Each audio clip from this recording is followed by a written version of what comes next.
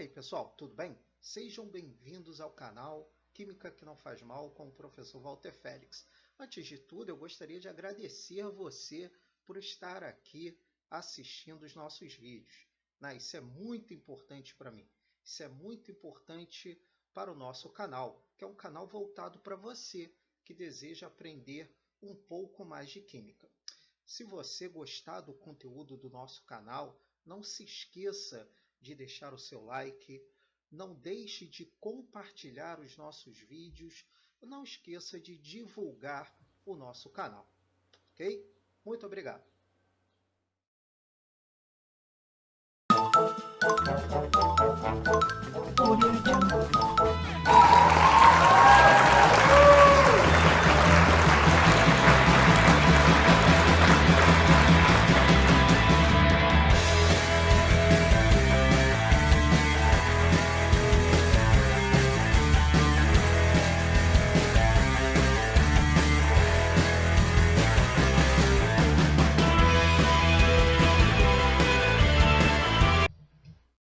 Então, pessoal, no vídeo de hoje nós estaremos falando sobre um assunto extremamente interessante dentro da química, que é o equilíbrio químico.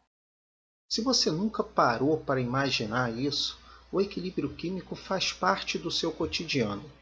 Ele está presente, por exemplo, no controle do pH sanguíneo.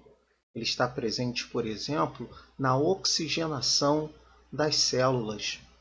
Ele está presente, por exemplo, na pilha que você utiliza, por exemplo, no seu celular. Então, nós podemos dizer que o equilíbrio químico faz parte do nosso cotidiano. Mas o que é o equilíbrio químico? Vamos dar uma olhadinha nele. Quando uma reação química ela se processa formando os produtos, tá? E esses produtos reagem entre si e voltam a formar os reagentes, nós dizemos que nós temos uma reação reversível. Isso é o equilíbrio químico. Os reagentes, se chocam de forma efetiva, formam os produtos no sentido 1, tá vendo aqui, ó? Mas os produtos também se chocam entre si, tá? Alguns desses choques são efetivos e você tem o início de uma reação de formação dos reagentes, que é dada por esse sentido 2. Nós dizemos que quando a velocidade no sentido 1 é numericamente igual à velocidade no sentido 2, nós temos a formação, ou a implementação de um equilíbrio químico. O sentido 1 é sempre denominado sentido direto ou reação direta, que é aquele que forma os produtos. O sentido 2 é denominado de sentido inverso ou reação inversa, é aquele em que os reagentes são regenerados ou que você forma os reagentes. Toda reação reversível ela acontece em dois sentidos, tá? E praticamente toda reação que ocorre em sistema fechado, ela é reversível.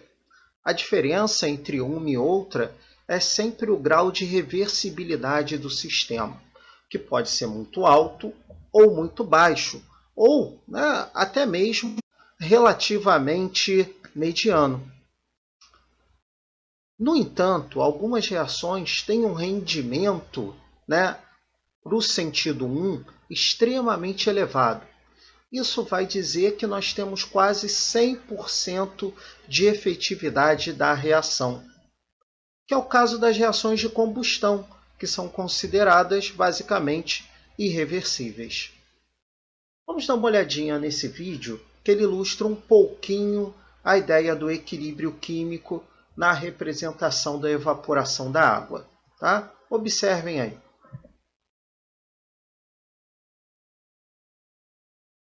Numa primeira etapa, nós vamos observar o equilíbrio dinâmico, que é o equilíbrio que está sempre em movimentação. A água entrando em evaporação no sentido aberto, ou no sistema aberto. Você está vendo aí a toalha ao ar livre, né, as moléculas de água vão se desprendendo da toalha e vão indo embora.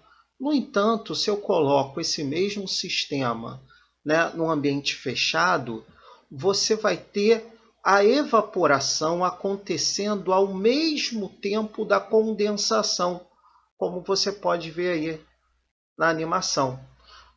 Quando a velocidade da evaporação é numericamente igual à velocidade da evaporação, nós dizemos que o sistema entrou em equilíbrio químico, né? A velocidade de evaporação é igual à velocidade de condensação.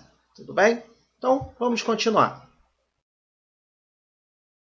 Quando as velocidades direta e inversa são igualadas, nós dizemos que aconteceu o equilíbrio químico. Dá uma olhadinha aqui nesse sistema. Tá? Nessa ilustração, nós temos a reação do H2 com o I2, formando HI. Tá? Observe que nem sempre a reação é efetiva. Então, do lado do produto, eu ainda posso ter moléculas do reagente. Mas o que pode acontecer também? Os reagentes reagirem entre si, formarem produtos, e os produtos reagirem entre si e formarem os reagentes. Como é que eu observo isso? No início da reação, quando eu não tenho produto formado, eu digo que a velocidade da minha reação ela é máxima. Por quê?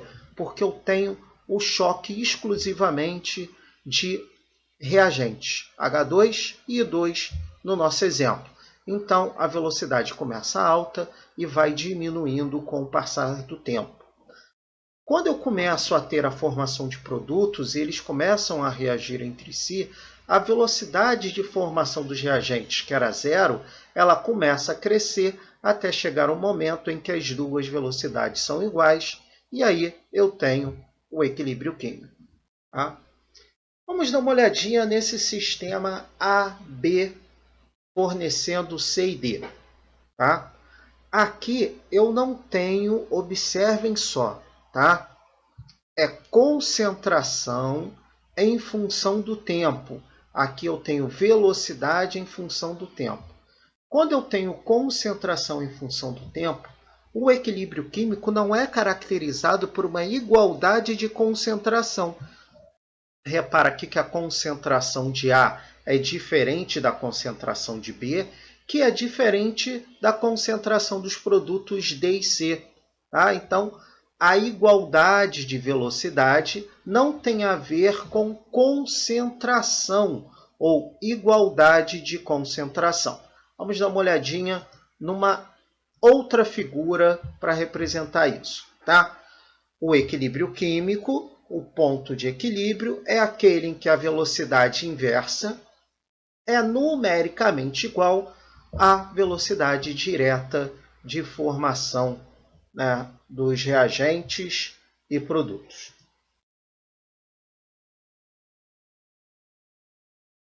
Existem dois tipos de equilíbrio químico no que se refere ao número de fases.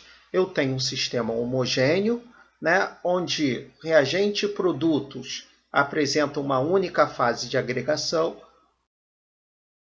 É o caso, por exemplo, da formação de amônia a partir do gás nitrogênio e do gás hidrogênio, e sistemas heterogêneos, onde reagentes e produtos, e até mesmo reagentes e produtos, possuem fases de agregação diferentes. Nesse caso aqui eu tenho o zinco no estado sólido, reagindo com um ácido clorídrico no estado aquoso, então já tem um sistema heterogêneo, e eu tenho os produtos no estado aquoso e no estado gasoso. Segundo Le Chatelier, quando um sistema em equilíbrio é perturbado por algum fator externo, ele sai desse estado de equilíbrio e se reorganiza a fim de obter um novo estado de equilíbrio. Isso acontece com o deslocamento do equilíbrio. Então, ele diz que quando um efeito externo atua sobre um determinado sentido da reação, a reação ela responde se deslocando no sentido oposto, a fim de anular aquele fator externo que está alterando. Então, gente, quais são os fatores que alteram o equilíbrio químico? Inicialmente, nós vamos ver cada um desses fatores. O aumento da temperatura desloca o equilíbrio no sentido da reação endotérmica. Reações endotérmicas são aquelas em que há necessidade de absorção da energia para que ocorra a reação. Então, se eu aumento a temperatura, eu aumento a energia térmica, eu estou favorecendo esse tipo de reação. No entanto, se eu coloco uma reação para acontecer num banho de gelo ou imersa numa solução de nitrogênio líquido, gás carbônico líquido, eu vou ter um favorecimento do sentido exotérmico da reação. O aumento da concentração dos reagentes ou de produtos desloca o equilíbrio no sentido oposto ao da adição de reagentes ou produtos. O que quer dizer isso? De maneira geral, se eu aumento a concentração de um determinado reagente, eu vou deslocar o equilíbrio no sentido de consumo daquele reagente, que é o de formação de produtos. Se eu adiciono produto, eu vou deslocar o equilíbrio químico no sentido de formação de reagentes, que seria para consumo dos produtos que eu adicionei. Mas, de forma contrária, se ao invés de aumentar a concentração, eu reduzo a concentração, eu vou ter um fenômeno distinto. Se eu diminuo a concentração do reagente, eu vou deslocar o equilíbrio no sentido da formação desse reagente que foi retirado. Se eu diminuo a concentração do produto, eu vou favorecer o equilíbrio no sentido de formação daquele produto que foi retirado. Para sistemas gasosos, completamente gasosos, o aumento da pressão desloca o equilíbrio no sentido do membro reacional com um menor volume. Isto é, se eu aumento a pressão do sistema, eu vou deslocar minha reação no sentido do lado reacional com menor número de mol. Vamos dar uma olhadinha nessas animações, e depois nós vamos comentar cada uma delas. Na primeira, eu tenho o efeito da temperatura no equilíbrio químico. Vamos acompanhar o vídeo. Eu tenho aí o equilíbrio químico entre N2O4 e NO2. O NO2, seco e puro, ele apresenta essa coloração castanha, mas eu vou colocar esse NO2 presente no frasco dentro de um recipiente com nitrogênio líquido. Observa aqui, deixa eu dar um pause aqui no vídeo, observe que eu tenho a reação N2O4 formando 2NO2, sendo endotérmica. Então, a formação dessa coloração castanha, ela se dá pelo aumento da temperatura. Logo, se eu coloco num banho com nitrogênio líquido, onde a temperatura é extremamente baixa, eu vou ter a predominância do N2O4, que apresenta um sentido exotérmico da reação. Vamos observar, a coloração ela começa a esmaecer, um novo equilíbrio vai se apresentando e cada vez mais eu tenho um aumento da concentração de N2O4, até que eu tenho aqui, observem, o N2O4 sendo formado na forma pura